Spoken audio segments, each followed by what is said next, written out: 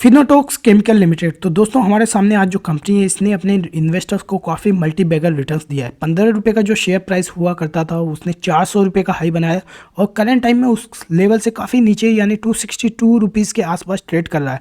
तो क्या रही है वो रीज़न, किस वजह से शेयर 20 रुपये का जो ट्रेड करता था वो ऑलमोस्ट 400 रुपये का गया, और क्या करंट टाइम में इसमें पोजीशन बनाया जा सकता है। इन्हीं सारे क्वेश्चन का जवाब देने की कोशिश करूँगा और इसी के साथ साथ कौन सी वो चीज़ें होती हैं जो ऑपरेटर देखता है, ये सारे जो है पॉइंट्स को डिस्कस करूंगा। क्या चीज़ें वो थी जो ऑपरेटर ने देख करके इस शेयर में बाइंग की और यहाँ पे शायद जो है अभी भी ले करके बैठा हो या बेच दिया हो, तो सारे पॉइंट्स पे डिस्कस करेंगे। तो चलिए चलते हैं और सबसे पहले मैं कंपनी के जो है कुछ इंपॉर्टेंट फैक्ट्स हैं उसके बारे में डिस्कस कर लेते हैं। लाइक कंपनी का जो प्रमोटर्स की होल्डिंग थी सितंबर ईयर 2020 में 71% थी और गिर करके 64% हो गई। और यहाँ पे देख सकते हैं कि डीआईज ने पहली बार इसमें कोई बाइंग की थी, वही जो प्रमोटर्स ने सेल किया था। 6% की होल्डिंग थी, करंट टाइम में भी 4% है, क्योंकि प्रमोटर्स ने जो शेयर बेचा था 45 रुपये का बेचा था। तो पहली बार मैं ऐसा देख रहा हूँ कि प्रमोटर्स ने 45 रुपये का शेयर बेचा हो और बेचने के बाद शेयर का प्राइस जो है 450 या 400 रुपये गया हो। क्योंकि मोस्ट ऑफ द टाइम ऐसा होता है कि पहले प्रमोटर्स जो है मार्केट से शेयर बाई करते हैं, उसके बाद शेयर मल्टी बैगर बनता है, फिर शायद प्रमोटर्स उस शेयर को लो करके बैठे रहते हैं या फिर बेच देते हैं। लेकिन यहाँ पे पहली बार मैं ऐसा देख रहा हूँ कि 45 रुपये का प्रमोटर्स ने शेयर बेचा है, उसके बाद भी शेयर मल्टी बैगर बना है। उसके साथ साथ एक साइकोलॉजी पॉइंट मैं डिस्कस करना चाहूँगा कि अक्सर जो है न्यूज़ में क्या आता है कि 196 करोड़ की 200 करोड़ की जो रेवेन्यू थी 2 साल में बढ़ करके 500 करोड़ होगी। उसी के साथ साथ 14 करोड़ का प्रॉफिट बढ़ करके 77 करोड़ हो गया। तो ये देख करके रिटेल इन्वेस्टर पागलों जैसे जो है, मैं ये नहीं कहूँगा, सॉरी फॉर दिस पागल वर्ड,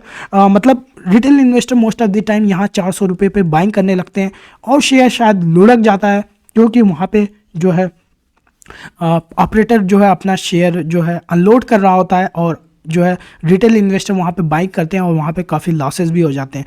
तो अगेन जो है ज़रूरी नहीं है कि यहाँ पे लॉस हो रहा हो, लेकिन थोड़ा सा डिस्कस करेंगे किस तरह से ऑपरेटर काम करता है और करंट टाइम में ऑपरेटर बेच रहा होगा या ख़रीद रहा होगा, इस पर भी ज़रूर डिस्कस करेंगे। और पास्ट में क्या देख करके ऑपरेटर ने बाई किया था उस पॉइंट को ज़रूर मैं डिस्कस करूंगा। तो चलिए चलते हैं और कंपनी की थोड़ा सा फाइनेंशियल स्टेटमेंट को स्टडी करते हैं। तो जैसा कि मैं कहता हूं कि हमेशा फंडामेंटली साउंड कंपनी ढूंढे, तो यहाँ पे देख सकते हैं कि कंपनी का रिटर्न ऑन कैपिटल एम्प्लॉयड यहाँ पे ऑलरेडी शेयर मल्टीबैगर रिटर्न्स देने से पहले भी 20% का आरओसी मेंटेन किया हुआ था।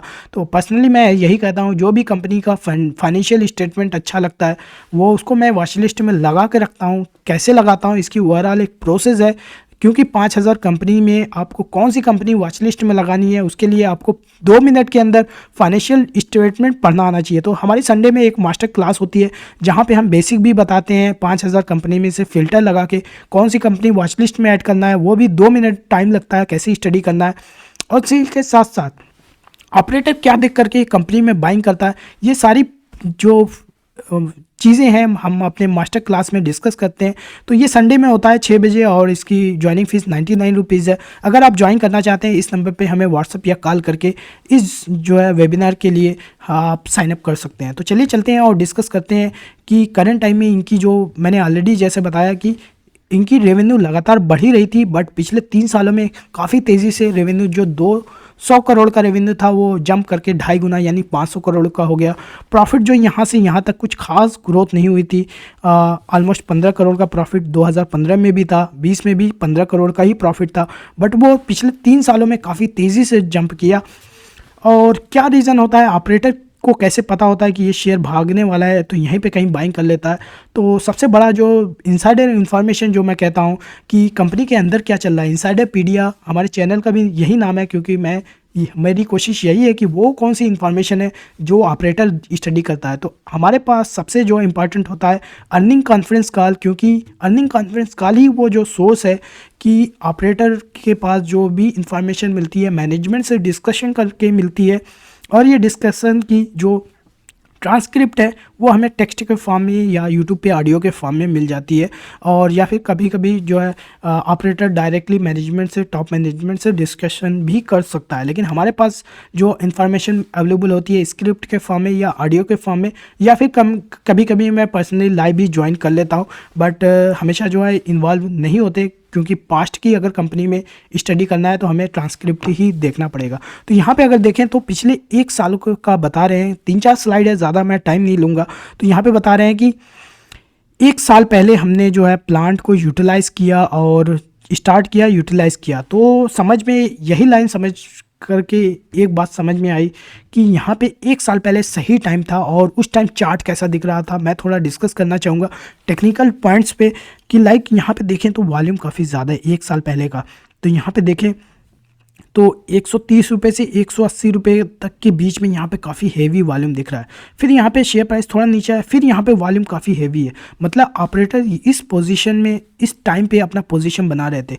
और एक और चीज़ जो डिस्कस करना चाहूँगा कि एक लंबी उड़ान भरने से पहले जो यहाँ पे थोड़ा सा वॉल्यूम ड्राई किया हुआ है। तो अगेन सारी जो है कंपनीज़ में इसी तरह का कुछ चार्ट दिखता है, लेकिन हम थोड़ा सा फाइनेंशियल को स्टडी करते हैं, उसके साथ साथ कंपनी फंडामेंटली साउंड हो, उसके साथ साथ स्टोरी क्या हो। स्टोरी हमारी अर्निंग कॉन्फ्रेंस कॉल से मिल जाती है तो डबल कन्फर्मेशन हो जाता है। यहाँ तो पता तो ये लग रहा है कि यहाँ पे बाइंग हो रही है, लेकिन क्यों बाइंग हो रही है उसका जो रीज़न आपको अर्निंग कॉन्फ्रेंस कॉल से पता लग जाता है। तो यहाँ पे अगर शेयर आपने 185 रुपये का बाई किया, वो गिर करके 150 या 160 रुपये का आया, तो जब शेयर गिरता है तो उस पोजीशन में भी हम कॉन्फिडेंस के साथ होल्ड कर सकते हैं, क्योंकि हमें अंदर की स्टोरी पता होगी, इनसाइडर इन्फॉर्मेशन जो इनसाइडर पीडीएफ पे अवेलेबल है। तो चलिए चलते हैं और देखते हैं कुछ और इंफॉर्मेशन। लाइक जो है वी आर स्टैंडिंग 83,000 टन की कैपेसिटी बता रहे हैं और 66% यूटिलाइज हो चुकी है। उसके साथ 21,000 टन की जो प्लांट बता रहे हैं कमीशन करने वाले हैं नेक्स्ट वीक, यानी जब भी ये नवंबर में हुई थी यानी ऑलरेडी यूटिलाइज मतलब स्टार्ट कर चुके होंगे।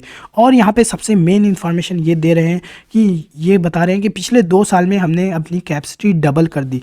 तो मतलब सही बात है, यहीं से ऑपरेटर को पता था पहले के जो अर्निंग कॉन्फ्रेंस कॉल है, अगर हमने यहाँ पे स्टडी की होती तो हमें पता होता कि यहाँ पे ये जो मई 2021 की या फिर फरवरी 2021 की जो अगर अर्निंग ट्रांसक्रिप्ट पड़ी होती तो हमें पता होता कि करंट टाइम में क्या चल रहा है और फ्यूचर में कितना पैसा बनाने की अपॉर्चुनिटी है। तो अगेन जो है, क्योंकि पास्ट में काफ़ी कंपनीज ऐसी रही हैं, ये कंपनी तो पास्ट की लग रहा है कि इसमें दूध से मलाई निकल चुकी है, अब दूध का पानी ही बचा हुआ है।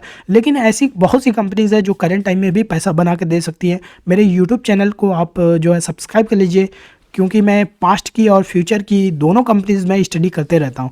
और उसी के साथ साथ यहाँ पे बता रहे हैं ऑप्टिमम कैपेसिटी यूटिलाइजेशन 85% हो गई है, तो बहुत ज़्यादा इसको बचा नहीं है। अब हमारे सामने एक ही क्वेश्चन आता है कि फ्यूचर क्या है कंपनी का, कौन सा एक्सपेंशन प्लान आ रहा है। तो यहाँ पे इन्होंने एक काफ़ी टाइमलाइन दी है, आप इसको डायरी में नोट भी कर सकते हैं। पर्सनली मैं भी वॉच लिस्ट में इस कंपनी को लगा लिया है कि जनवरी यानी दिसंबर का क्वार्टरली रिजल्ट होगा, यानी जनवरी में अगर जो है मैनेजमेंट से डिस्कशन होता है तो ये बता रहे हैं कि शायद हम कुछ नया प्लान लाएं तो हम जनवरी में आपको अपडेट करेंगे। तो यहाँ बता रहे हैं कि 2 ही क्वार्टर लगेंगे, यानी 6 महीने में वो नेक्स्ट फेज का एक्सपेंशन प्लान जो है ला देंगे, यानी इनको ज़्यादा टाइम लगेगा नहीं। अगर जनवरी में अनाउंस करते हैं तो जुलाई महीने में वो जो है एक्सपेंशन प्लान कंप्लीट हो जाएगा। तो ये जो है काफ़ी इंपॉर्टेंट होगा, क्योंकि अगर जो है जनवरी में कुछ नया एक्सपेंशन प्लांट लाते हैं तो शायद जो है ऑपरेटर इस कंपनी में दोबारा इंटरेस्टेड हो और दोबारा पोजीशन बना सकता है। तो इस कंपनी को फ़िलहाल वॉच लिस्ट में लगा कर रखिए। मैं पर्सनली जनवरी में इसको दोबारा स्टडी करूँगा और चैनल पर अपडेट दे दूँगा जो भी रहेगा। तो चैनल को सब्सक्राइब कर लीजिए ताकि फ्यूचर में जो भी अपडेट रहे इस कंपनी से मिल जाए सके। उसके साथ साथ बता रहे हैं कि 1000 करोड़ रेवेन्यू हम जल्दी अचीव करने वाले हैं। जैसे कि मैंने बताया 500 करोड़ रेवेन्यू है, तो ये कितनी जल्दी अचीव होगा ये बारे में कह रहे हैं, हम काम कर रहे हैं, लेकिन कोई प्रॉपर टाइमलाइन नहीं है। तो दोस्तों इस कंपनी से हमें यही समझ में आया कि कंपनी में तो ओवरऑल सही टाइम था इस कंपनी को पास्ट में, लेकिन इसमें अगर कोई बाइंग अपॉर्चुनिटी मिल सकती है तो जनवरी की में जो इन्वेस्टर की अर्निंग कॉन्फ्रेंस कॉल होगी उसमें पता लगेगा। और करंट टाइम में इस कंपनी को, क्योंकि वैल्यूएशन भी कहीं से भी 38 का पी चीप नहीं है, अब हमारी जो है इसमें पोजीशन बनाने के लिए कोई अगर टाइम पीरियड आता है तो वो जनवरी की अर्निंग कॉन्फ्रेंस कॉल स्टडी करने के बाद ही ऑपरेटर की साइकोलॉजी को समझेंगे और उसमें पोजीशन बनाएंगे। तब तक के लिए हमारे चैनल को सब्सक्राइब कर लीजिए। कुछ क्वेश्चन हो तो कमेंट सेक्शन में लिख सकते हैं और इस वेबिनार के लिए भी साइन अप कर सकते हैं। कुछ और भी क्वेश्चन हो तो इस नंबर पे मुझे आपको इन्वेस्टमेंट कोई हेल्प चाहिए तो कॉल या व्हाट्सअप करके वहाँ से जानकारी ले सकते हैं। और फिर मिलेंगे, तब तक के लिए take care and have a good day.